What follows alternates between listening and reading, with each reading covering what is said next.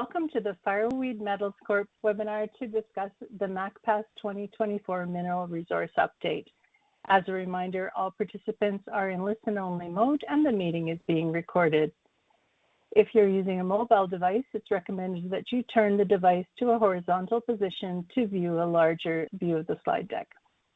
After the presentation, there will be an opportunity to ask questions. At any time during the meeting, you may click on the Q&A icon on the left-hand side of the screen to submit your question in writing.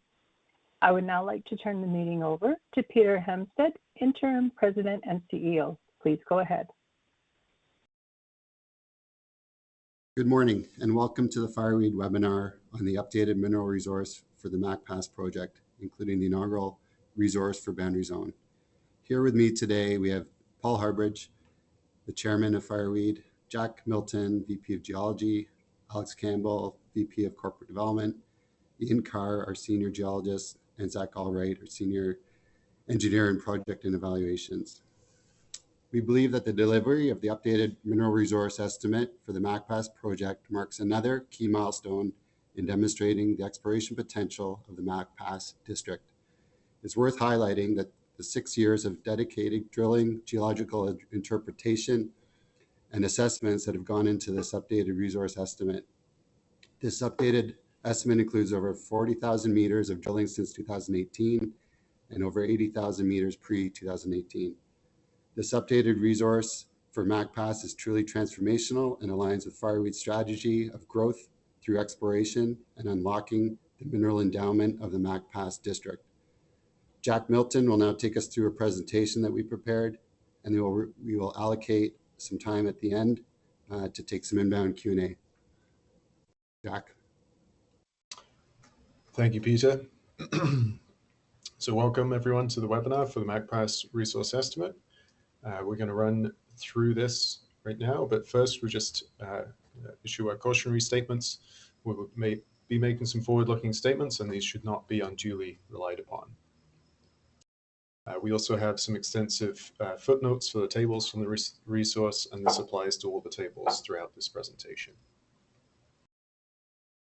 And we're going to cover a summary of the resource, a little bit about Fireweed and who we are, and then we're going to step through the technical process that we went through in order to produce this resource, from everything from data, geology, drilling, all the way through to the estimation and the mining constraints that we put on in order to report.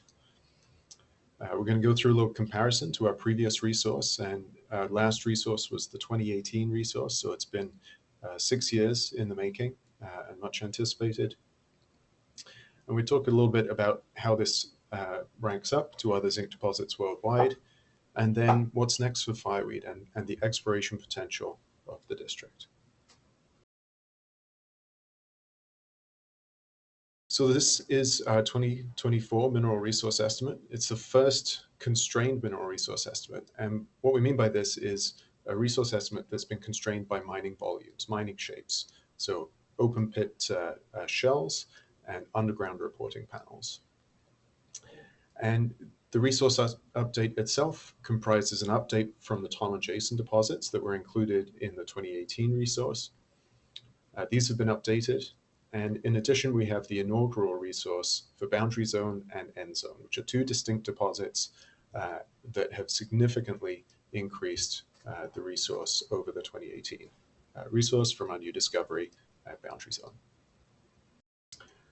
So in summary, we have a very large resource. It's not common for zinc resources to get as large as this. We have 56 million tons in the indicated category and 48.5 million tons in the inferred category, both around approximately 7.4% zinc equivalent, and you can see the exact grades in the table here. And really, this is a very high quality, best practice, and highly defendable resource estimate. And we'll walk through all the technical details that back that up through this presentation. We've doubled the tonnage overall compared to the unconstrained 2018 resource, even with those mining constraints put on the new resource, and at a slightly lower grade. So we've almost doubled the contained zinc metal across all the categories. And some things really stand out about this resource. One is the large amount of indicated material versus inferred. So we have over 50% of that material is indicated, 56 million tons versus inferred 48.5. Another standout is that about 2/3 of the overall global tonnage is open pit constrained. And this is a really big step change and difference from a previous resource, which was unconstrained, and even PEA study, which has now been superseded by this resource. And in that study, the project was mostly envisaged as an underground operation. And here we show the potential for a significant portion being open pit. And we also have significant potential for gallium and germanium, these critical mineral byproducts that we're looking at evaluating for potentially including in the resource. And first, we'd like to acknowledge that our project's located on the traditional territories of the Cascadena Nation and the First Nation of Natchitoches.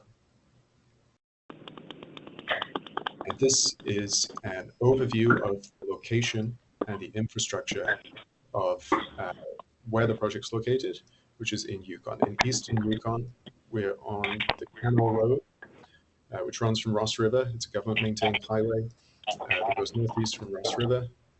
And we are in, we also have another project, Macpass, which is located immediately adjacent to Macpass. And our third project is the Gainer project, and that's about 200 kilometers north of Macpass, an exploration project, but everything that we're talking about is within the Macpass district, specifically at the Macpass project in this presentation. So what is this Macpass district? Well, it's a zinc district.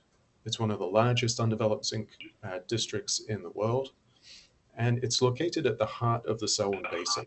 And this is one of the Earth's most prolific zinc basins.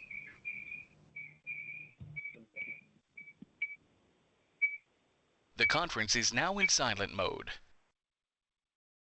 And the Selwyn Basin itself is an accumulation of Paleozoic rocks that formed on the margin, ancestral margin of North America. And they have some very significant zinc districts within them. The Howards Pass district has over 400 million tons resource. It's about 60 kilometers southeast of us. The Anvil mining district, which hosts the Faro mine, former past producer, which at the time was the largest open pit zinc mine in the world. And we're here at Macpass, where we have 4 distinct deposits, Tom, Jason, and now we've turned end zone and boundary into deposits by releasing this resource yesterday and defining mineral resources. But we control the whole district, almost 1,000 square kilometers of ground of this prospective corridor in these most prospective rocks for exploration, for looking for new deposits down this trend in the district.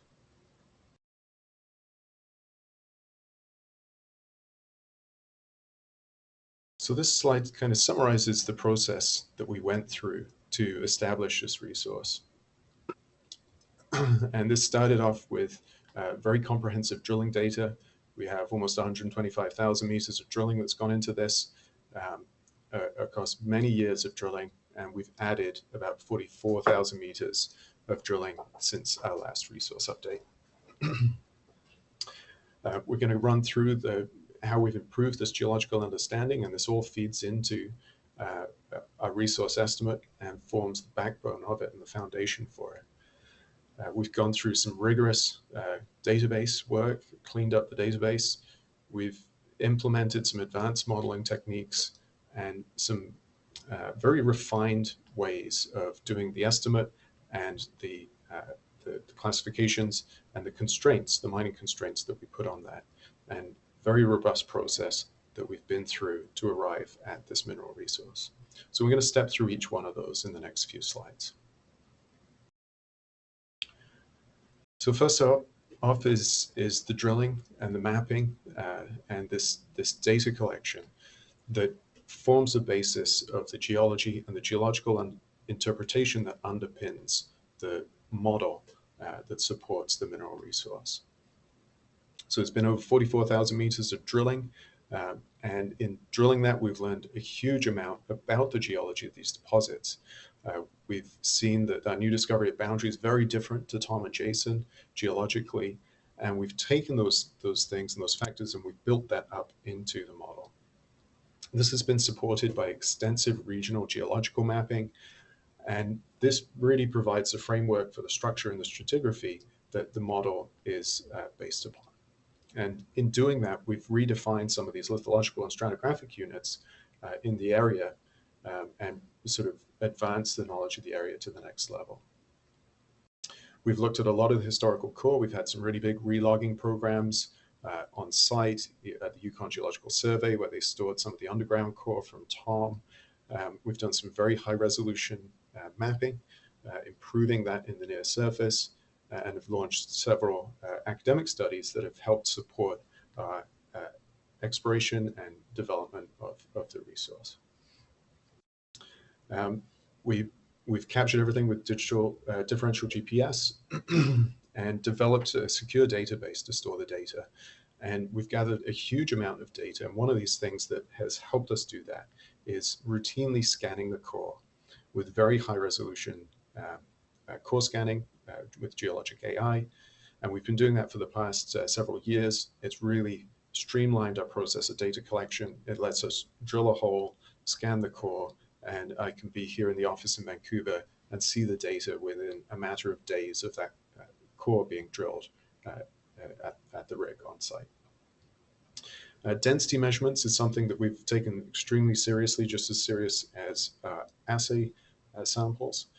And in a deposit like this, it's extremely important to have good control on the density because of the massive sulfides and the association between grade and density. And all our drilling data that this resource is built on are available free to access on our website. So please check that out.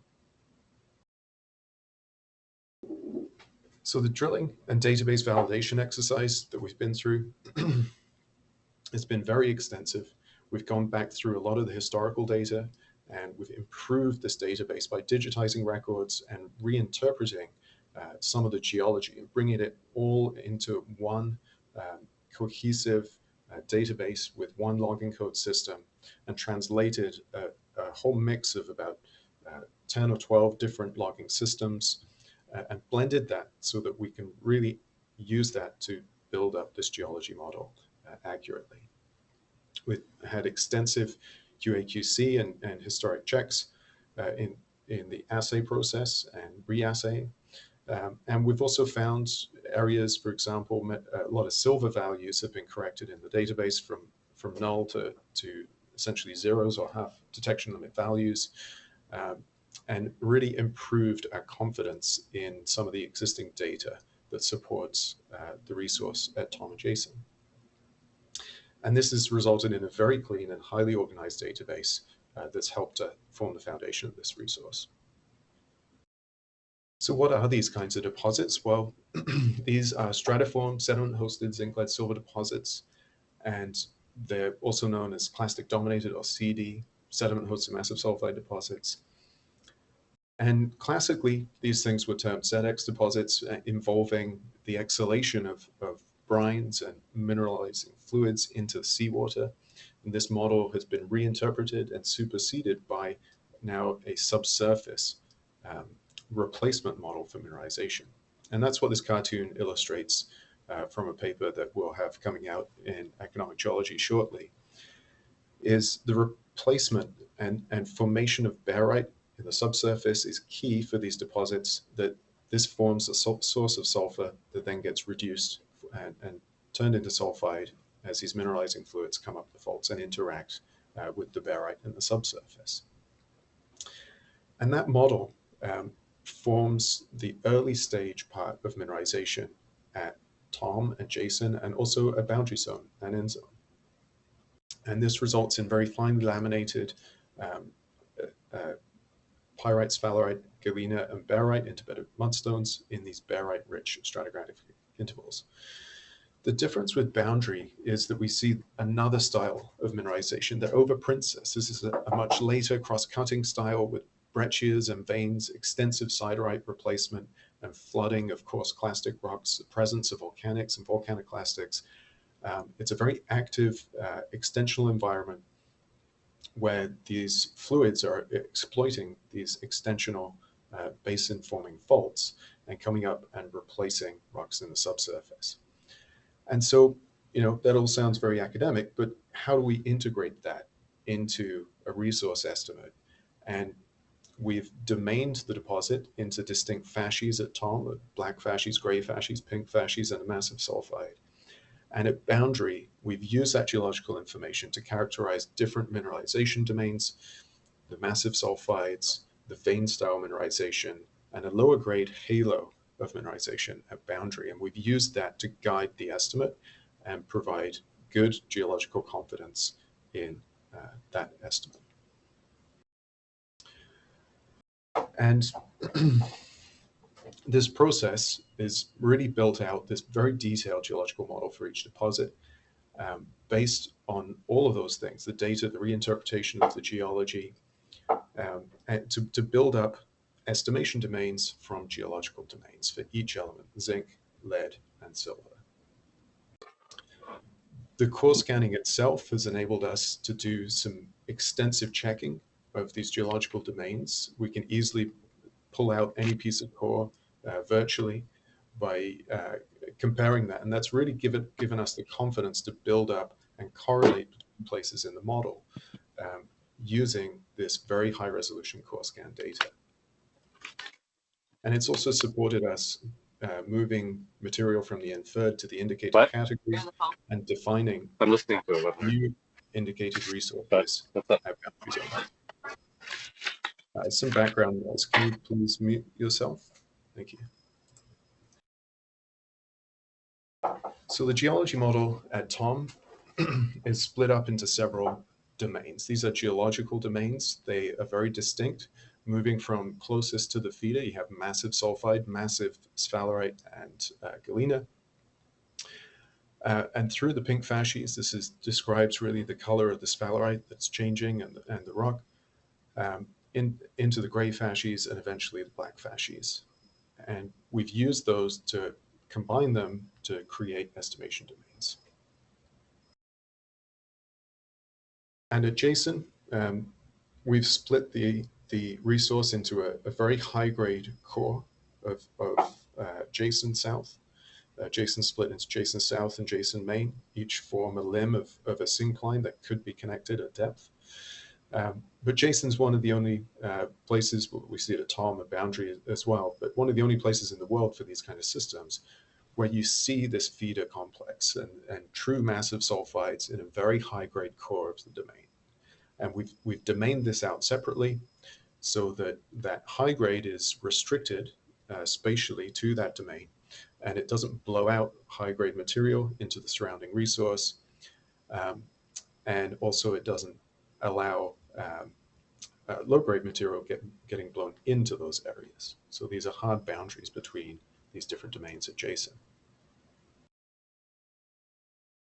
So boundary is completely new system, completely different system for us. And it required us to create a new geological model of interpreting the geology. It's quite different geology to TOM and Jason. And we built up this model using sequence stratigraphic principles. And that is finding marker layers in the stratigraphy and building up our understanding of that, not based purely on lithology, but on the sequence stratigraphic interpretation of those mixed lithologies. And we built up the mineralization domains based largely on those sequence stratigraphic lithological domains. And that's resulted in the domains that are listed in the legend in this figure. And a few of those domains, the boundary zone prime zone, the upper zone, the Fuller Lake, are sequences of stratiform mineralization. These are the early style and contain a lot of the massive sulfide and laminated high-grade, typically lead, silver rich mineralization.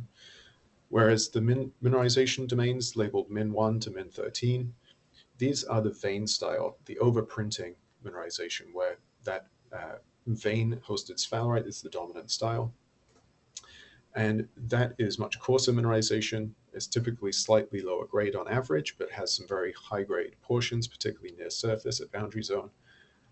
And all of that mineralization has been deformed. It sort of bleeds out into the halo, which is that sort of light pink color on this section. And we've used that to estimate grade into blocks within that domain. So the estimation process itself, we use density-weighted composites, very important in massive sulfide deposits, to weight the assays by density and supported by high-quality density data.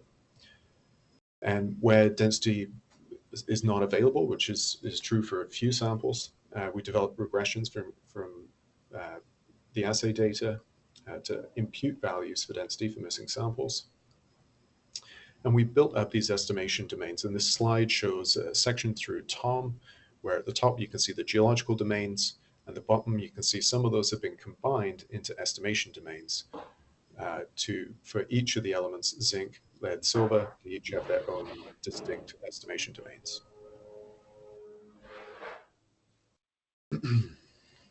And we used a subblock model, and this was very important for constraining some of the underground resource at TOM, so we can get right down to 0.6 meter blocks to define those edges.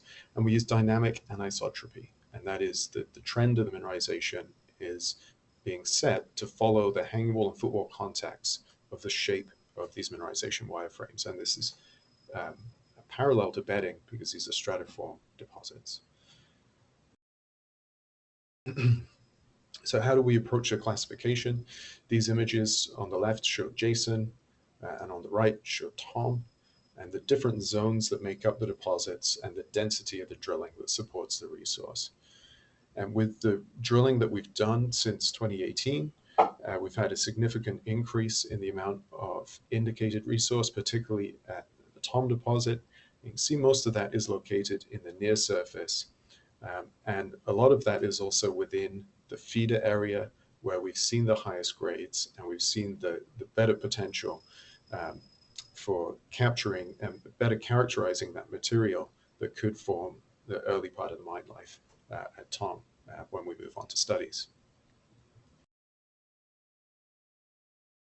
And the classification of boundary, again, there's a significant portion of the resource at boundary, about 2/3 or so of the boundary resource is indicated with the remaining resource as inferred.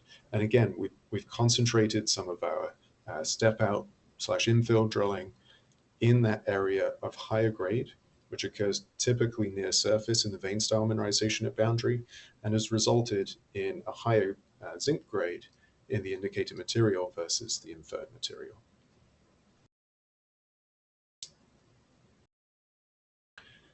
And a quick note on metallurgy. We've had several metallurgical programs. The 2018 program focused at TOM and Jason, and this characterized the stratiform mineralization for the purposes of resource and PEA that we did that year.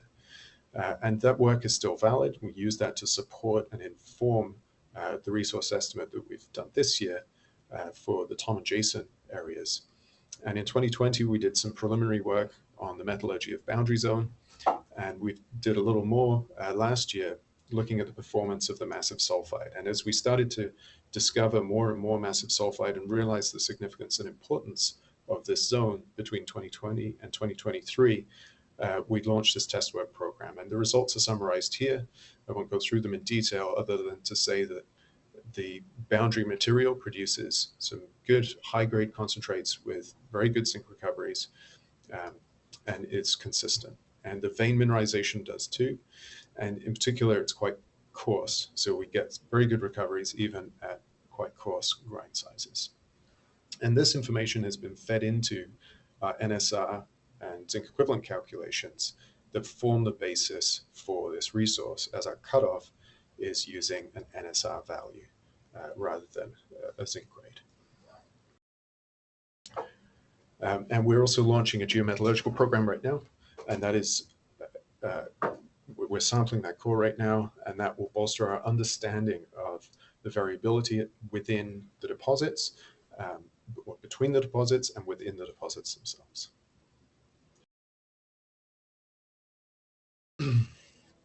So once we've created that block model, going through that process, we then apply these mining constraints to that block model and report within a cutoff grade or above a cutoff grade within those mining volumes. So on the top here, we've got Tom. We have pulled a significant open pit. There's a significant amount of mineralization in that open pit at Tom at a revenue factor of 0.8. And beneath that, we established underground panels to report out the resource.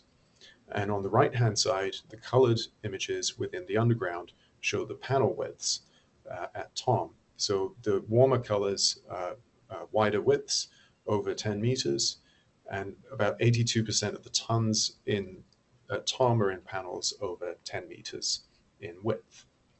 So even though a minimum width of 2 meters was used to constrain the underground portion of the resource, at Tom, there's a very significant amount of very wide panels for reporting. And again, 57% of the underground tonnage is from panels 20 meters or more in width. At Jason, we selected a revenue factor of 0.6, and we tried to maximize the footprint of the resource and the resource scale, and captured the vast majority of the Jason resource as underground. And here we've got 83% of tons in reporting panels over 5 meters in width. So at Boundary Zone, it's a little bit of a different story in that almost all of the resource at Boundary has been constrained within an open pit. This open pit would be about 1,100 meters in width, about 400 meters in depth at the deepest point, and would have a strip ratio below 5, about 4.9. And this maximizes our inventory in the open pit at Boundary. And the grade is slightly lower at Boundary than Jason and Tom, but almost all of that resource is captured in the open pit, which makes a very different story from a mining perspective. And so these are the numbers. This is the result, the accumulation of 6 years of exploration success at Tom, at Jason, and our new discovery at Boundary. So a few standout things here is that the Boundary resource itself sits at about 34 million tons of indicated plus 17 million tons of inferred, with a higher grade in the indicated portion, because that's where we focused in that near surface higher grade material for some of the drilling. And has resulted in a significant resource being defined at Boundary Zone. At Tom, we've got 17 million tons in indicated, so that's increased significantly in that category since 2018, and an additional almost 19 million tons at Tom in the inferred category. And overall, Tom has grown from the 2018 resource, and we've got a bit more detail on that later. And that's largely due to some of our exploration successes at Tom North and Tom South.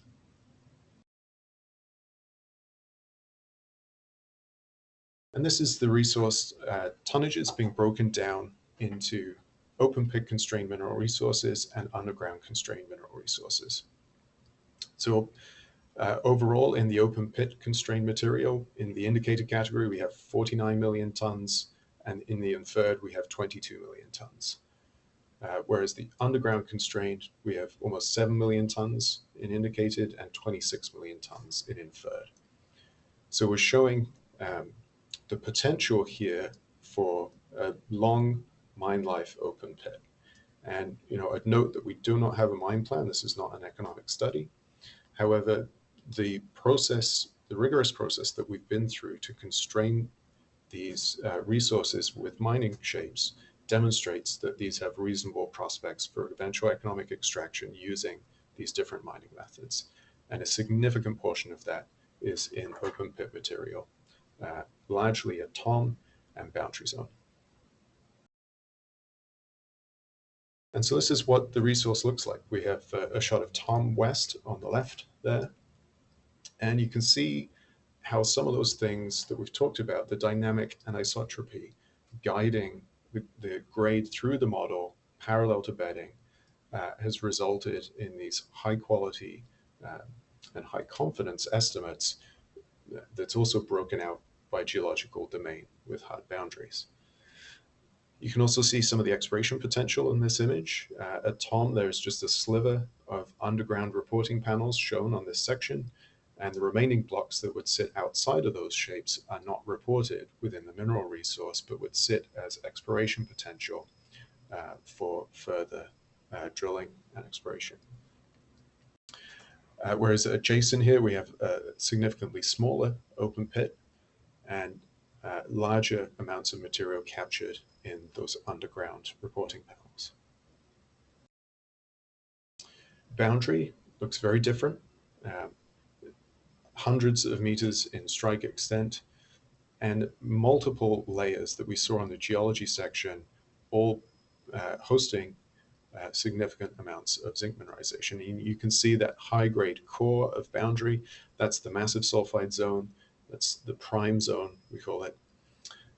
And there's approximately 15 million tons or so of material in that prime zone. It's forming this very high-grade core of boundary. And the shape of boundary overall, the geometry is much different to Tom and Jason. It's not a single stratiform layer. It's multiple layers that are forming this overall large mass of zinc mineralization that's led to this resource, and can be captured in a very large open pit, which has captured over 95% of the material at boundary. And so we ran through this resource sensitivity exercise of looking at if we flex the cutoff grade, the NSR cutoff grade, by different amounts from the base case, how sensitive is the resource to those changes? And we did an upside case if we dropped the cutoff grade by 20%. And then we, on the other side, went sort of more conservative of what happens if our costs rise or metal prices decrease. And we see that cutoff grade rise.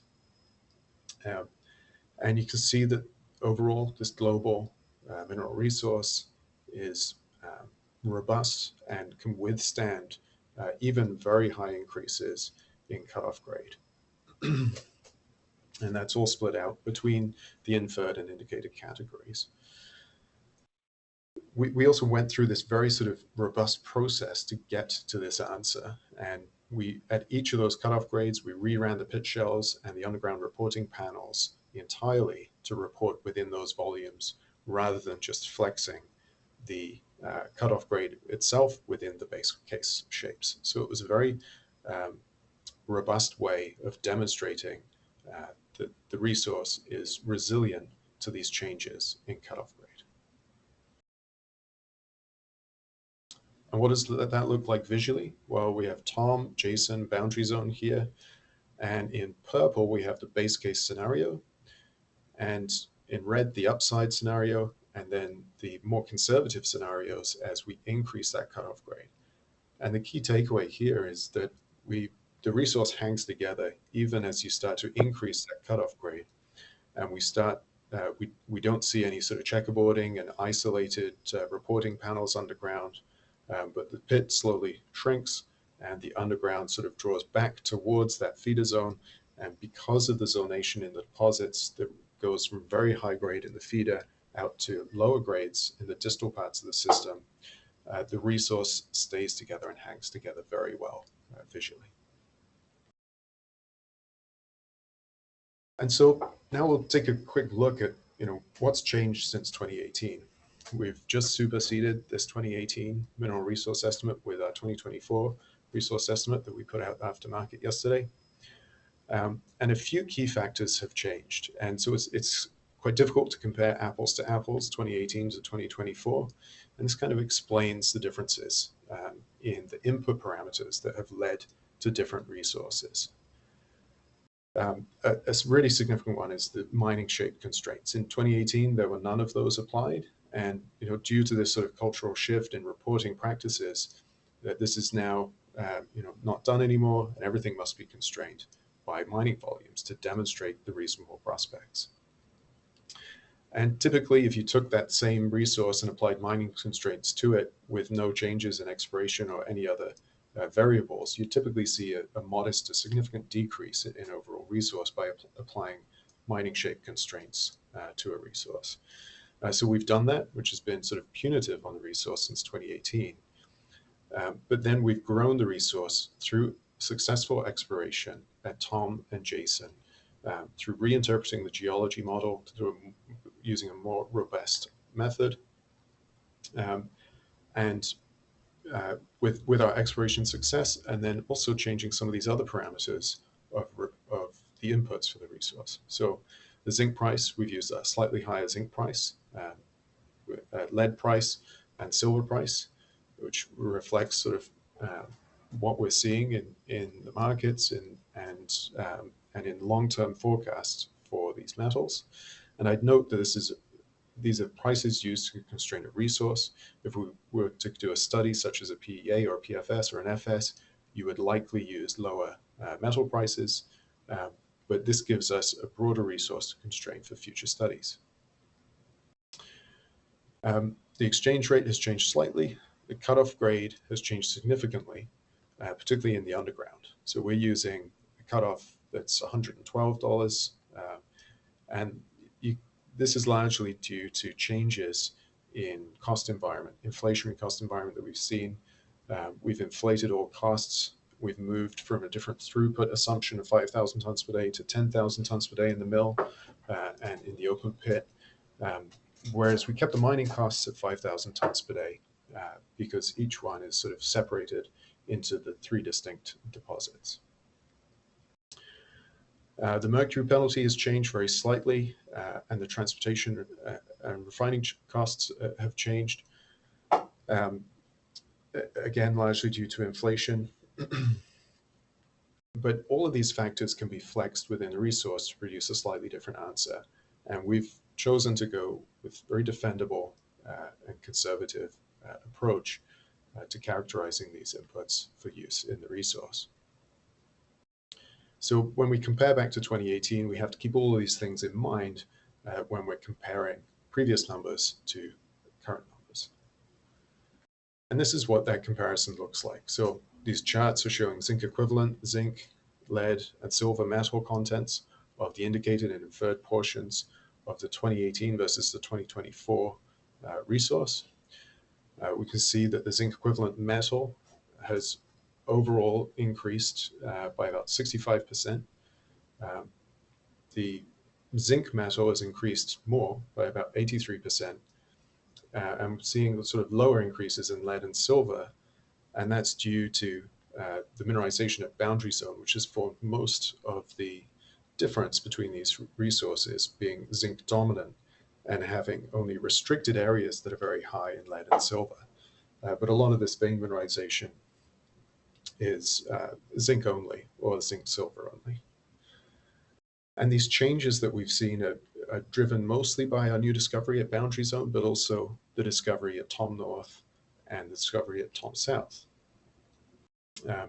as well as changing some of those pricing and cost assumptions, adding mining constraints, and correcting these historic silver values from nulls to zeros in parts of the Tom and Jason resource. So we've resulted in a very robust, well-constrained resource that's highly defendable and has increased significantly over 2018. So where does this sort of position us worldwide in other large undeveloped zinc systems? Well, we're on this chart certainly within the top 10, higher than that. And I'd note that some of the other deposits around here are not without their challenges, and we're up there amongst the largest of the undeveloped zinc assets not held by majors globally.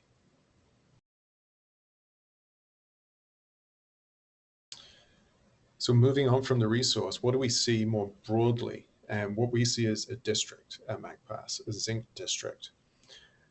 We have Tom, Jason, End Zone, and Boundary sitting along this prospective corridor where it's controlled largely by this Hess fault system, and where you get these cross structures hitting that Hess fault system.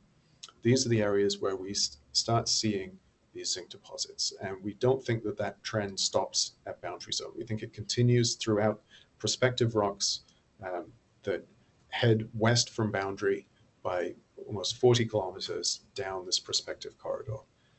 And so a big part of our exploration program this year has focused on this prospective corridor with prospecting, soil sampling, ground gravity, flying some geophysics, and in trying to identify exploration targets that could lead to another one of these types of systems. And that's exactly what this slide shows, is this resource triangle that we have. We have many showings and anomalies. We have a few prospects, and we've moved end zone and boundary now by publishing this resource from advanced prospects up into deposits. And we want to continue feeding this resource triangle with more data to generate more showings and anomalies and test those with the drill bit this year and in 2025 in an effort to make a new discovery of one of these types of systems within this Macpass zinc district. This year we've completed over 14,000 meters of drilling, which has included about 8,000 meters of step outs at Boundary, Tom, and Jason.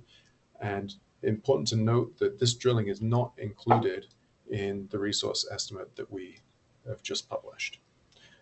So we see potential for expanding that in future technical work. And we see first assays expected in Q3 this year. So what are the next steps here for Fireweed? Well, one thing that we didn't sort of run through, but we're looking at, is the potential for gallium and germanium being reported as byproducts in this mineral resource that could further enhance our exposure to critical minerals in the district. We'll be looking at drill results coming out throughout Q3 and Q4 in 2024 from this year's drill program. And we have geometallurgical test program underway to sort of maximize the value that we can out of each of these domains as we move forward into more advanced studies. And we'll be doing a mine to mill assessment exercise, which is an internal targeting exercise to help us prioritize our exploration efforts to characterize areas where we see that could add the highest potential value to the project. And sort of combined with this is our regional program. Looking at all the gravity data, the VTEM, the magnetic data. We flew more LiDAR, had a huge prospecting program and soil sampling program that's generated an enormous amount of data that we'll be crunching, going through and doing some rigorous targeting to generate targets and showings and anomalies that we can rank and then optimize and test in a 2025 exploration program within this Macpass zinc district. So thank you everyone for listening. I believe now we are going to hand over to Alex Campbell, VP Corporate Development, who's going to run a Q&A session. Thank you, Jack. Hello, everyone. Good morning. There's a couple of questions popping up in our Q&A live feed. The first one being, Jack, is there an opportunity, in your opinion, to continue growing the existing resource? And where do you view the highest potential moving forward?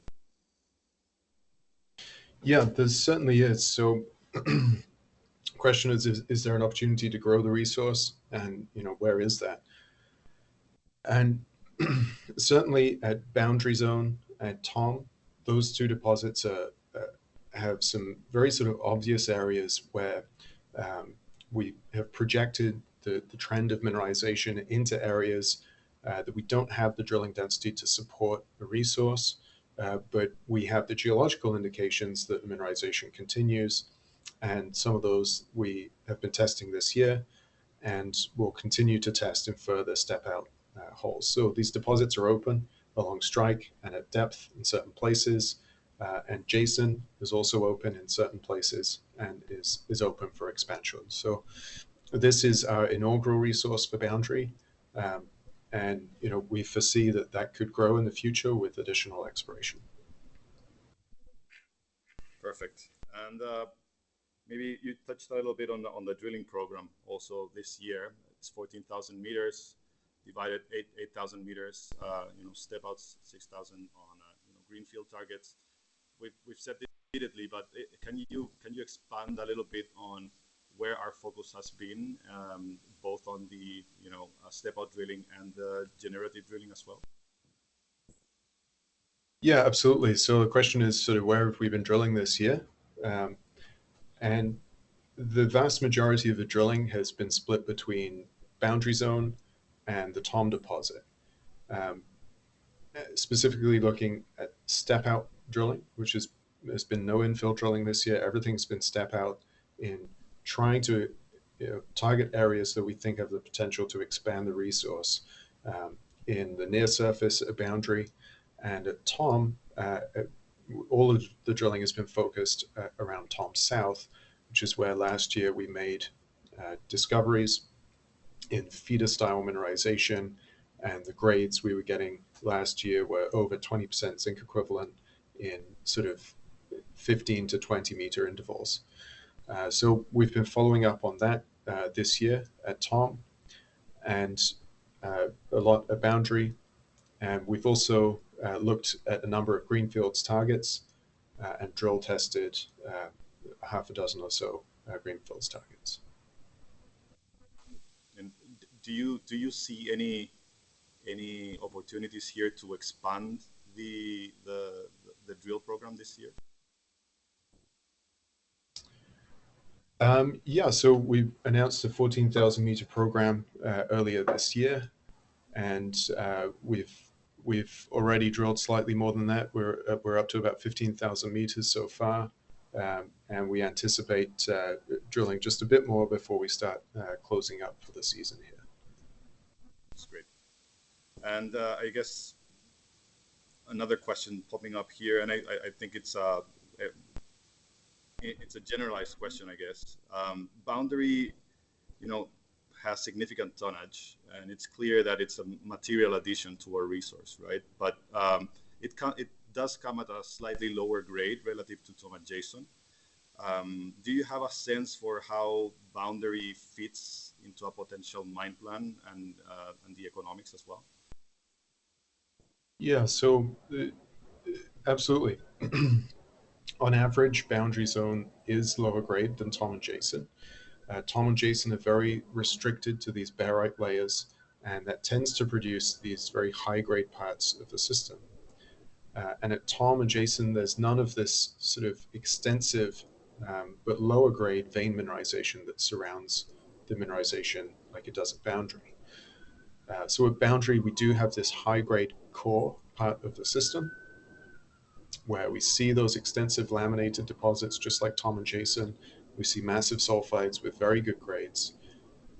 And surrounding this is a very large volume of lower grade material that when you're very close to these faults and close to these mineralized lenses, they tend to be high grade veins. And we've had some spectacular intersections like 6 meters of 42% zinc, 100 meters true thickness of 8% zinc from surface. Those kind of intersections within that vein material. But there's this extensive sort of lower grade halo around Boundary that brings down the overall average grade. And I draw people's attention to the difference between the indicated and the inferred grades at Boundary, and that'll give you a little bit of the sense of this higher grade core portion of the system at Boundary and the sort of lower grade halo.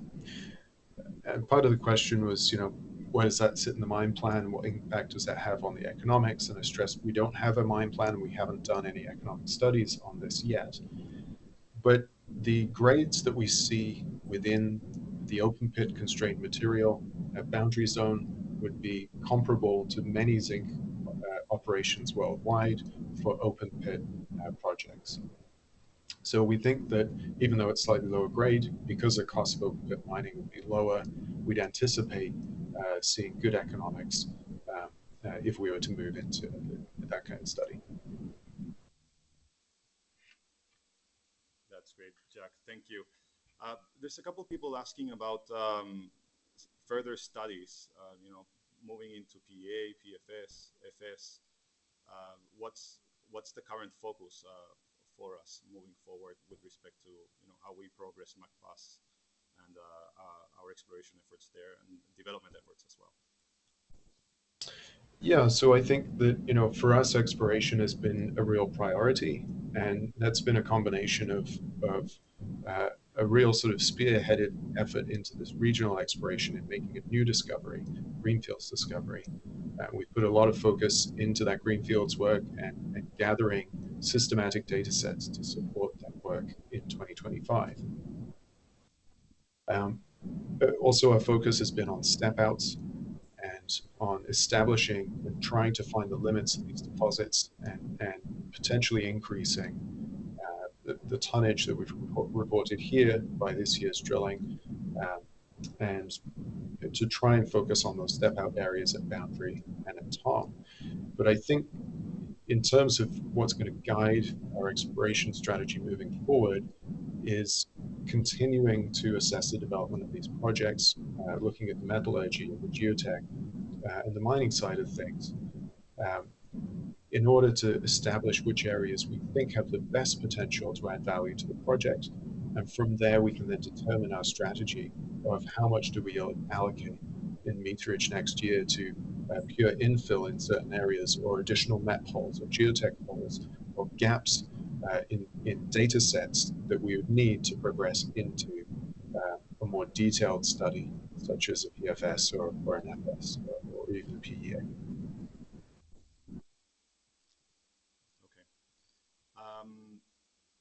I guess we'll go to the final question here. There's someone asking if there's any gold targets that we're exploring or assessing this season.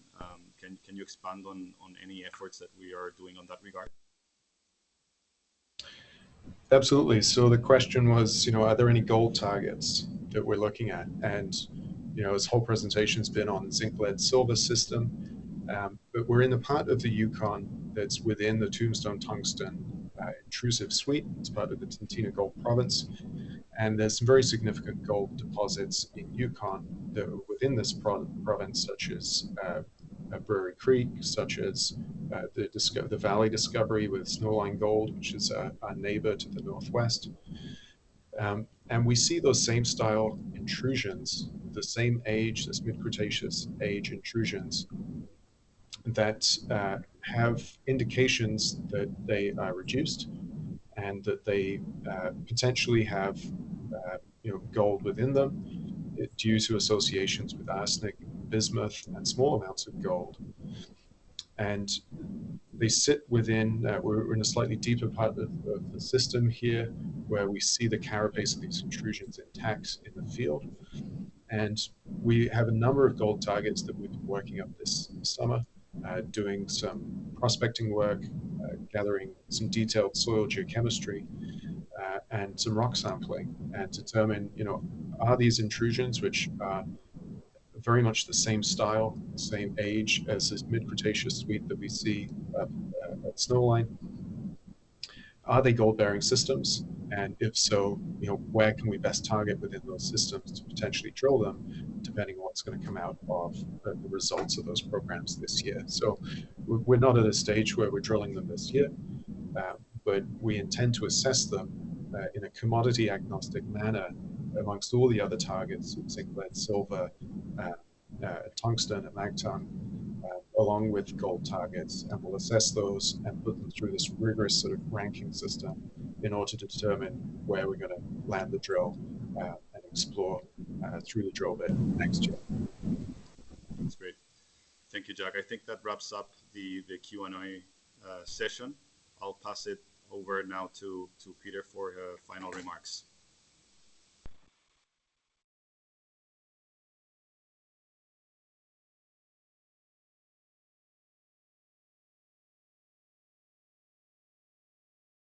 Great. Thanks, Jack, and thanks, Alex, and thank you all for joining today. As I said earlier, we feel that this is quite a transformational resource update that we put out, and we're going to continue to focus on our strategy of growth through exploration and unlocking the value of the Macpass district. And we're quite excited about this as a milestone for moving forward. Thanks for everyone for joining today, and enjoy your day. Thank you. This brings to a conclusion today's webinar. You may disconnect your lines. Thank you for participating and have a pleasant day.